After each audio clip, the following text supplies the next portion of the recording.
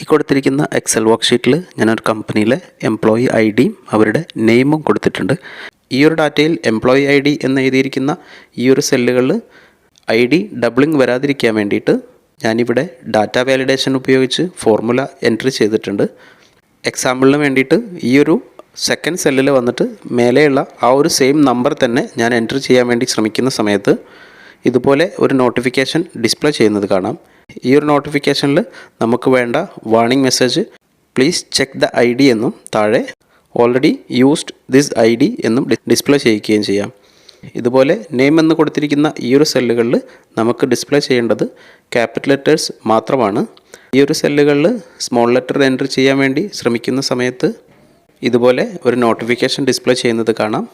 ഈ ഒരു നോട്ടിഫിക്കേഷനിൽ കസ്റ്റമൈസ് ചെയ്ത് നമുക്ക് വേണ്ട മെസ്സേജ് ഡിസ്പ്ലേ ചെയ്യിക്കാവുന്നതുമാണ്. മൈക്രോസോഫ്റ്റ് എക്സലിൽ ഇതേപോലെ ഡബിൾ എൻട്രി ഒഴിവാക്കാനും ക്യാപിറ്റൽ ലെറ്റേഴ്സ് മാത്രം എൻട്രി ചെയ്യാൻ വേണ്ടിയിട്ടും എങ്ങനെയാണ് ഡാറ്റ വാലിഡേഷൻ ഉപയോഗിച്ച് ഇത് ക്രിയേറ്റ് ചെയ്യാമെന്ന് നോക്കാം. ആദ്യം തന്നെ എംപ്ലോയി ഐ ഡി എന്നുള്ള ഈ ഒരു ഭാഗത്ത് നമുക്ക് വാലിഡേഷൻ ഉപയോഗിച്ച് ഫോർമുല എൻട്രി ചെയ്യാം. അതിന് വേണ്ടിയിട്ട് ഞാൻ എംപ്ലോയി ഐ ഡി കണ്ടെയ്ൻ ചെയ്യുന്ന ഈ ഒരു സെല്ലുകളെല്ലാം സെലക്ട് ചെയ്തു. ശേഷം ടോപ്പിൽ വന്ന് ഡാറ്റ എന്നുള്ള ടാബ് ഓപ്പൺ ചെയ്തു. ശേഷം ഡാറ്റ വാലിഡേഷൻ എന്നുള്ള ഈ ഒരു ഭാഗത്ത് സെലക്ട് ചെയ്തിട്ടുണ്ട്. ഇപ്പോൾ ഡാറ്റ വാലിഡേഷൻ എന്നുള്ള ഒരു വിൻഡോ ഇനേബിൾ ആയത് കാണാം. ഈ ഒരു വിൻഡോയിൽ അലോ എന്ന് കാണുന്ന ഈ ഒരു ഭാഗത്തെ ആരോ മാർക്കിൽ ഞാൻ ക്ലിക്ക് ചെയ്തിട്ടുണ്ട്. താഴെ കസ്റ്റം എന്നുള്ളത് ഞാൻ സെലക്ട് ചെയ്തിട്ടുണ്ട്. ശേഷം ഫോർമുല എന്ന് കാണുന്ന ഈ ഒരു സെല്ല് സെലക്ട് ചെയ്തിട്ടുണ്ട്. ഇവിടെ equals to count if function bracket open. ശേഷം ഐ ഡി നമ്പർ എൻട്രി ചെയ്യേണ്ട ഈ ഒരു സെല്ലുകളെല്ലാം സെലക്ട് ചെയ്തു. ഈ ഒരു ഡാറ്റ ലോക്ക് ചെയ്യാൻ വേണ്ടിയിട്ട് ഞാൻ F4 എന്ന കീ ഉപയോഗിക്കുന്നുണ്ട്. ശേഷം കോമ. ശേഷം ഈ ഒരു ഫസ്റ്റ് സെല്ല് സെലക്ട് ചെയ്തു. ബ്രാക്കറ്റ് ക്ലോസ് ഈക്വൽസ് ടു 1 എന്ന് എൻട്രി ചെയ്തിട്ടുണ്ട്. അതിനുശേഷം എറർ അലേർട്ട് ഡിസ്പ്ലേ ചെയ്യാൻ വേണ്ടിയിട്ട് ഈ ഒരു ഭാഗം ഞാൻ സെലക്ട് ചെയ്തു. ടൈറ്റിൽ എന്നുള്ള ഈ ഒരു ഭാഗത്ത് നമുക്ക് എൻട്രി ചെയ്യേണ്ടത് please check the I D എന്ന് ഞാനിവിടെ ടൈപ്പ് ചെയ്തിട്ടുണ്ട്. ഇൻപുട്ട് മെസ്സേജ് എന്നുള്ള ഈ ഒരു ഭാഗത്ത് ഞാനിവിടെ already used this I D എന്ന് ടൈപ്പ് ചെയ്തിട്ടുണ്ട്. ശേഷം താഴെ കാണുന്ന ഓക്കെ എന്നുള്ളത് സെലക്ട് ചെയ്തു. അടുത്തതായിട്ട് നെയിം എന്നുള്ള കോളങ്ങളിൽ ക്യാപിറ്റൽ ലെറ്റേഴ്സ് മാത്രം സെറ്റ് ചെയ്യാൻ വേണ്ടിയിട്ട് ഞാൻ ഈ ഒരു സെല്ലുകളെല്ലാം സെലക്ട് ചെയ്തു.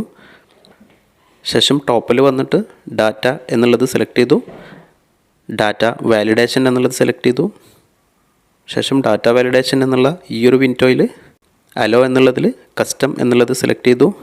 ഫോർമുല എന്ന് കാണുന്ന ഈ ഒരു ഭാഗത്ത് equals to exact function bracket open.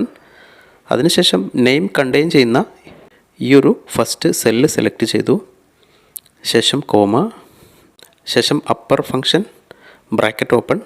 ഒരിക്കൽ കൂടെ നെയിം കണ്ടെയ്ൻ ചെയ്യുന്ന ഈ ഒരു ഫസ്റ്റ് സെല്ല് സെലക്ട് ചെയ്തു.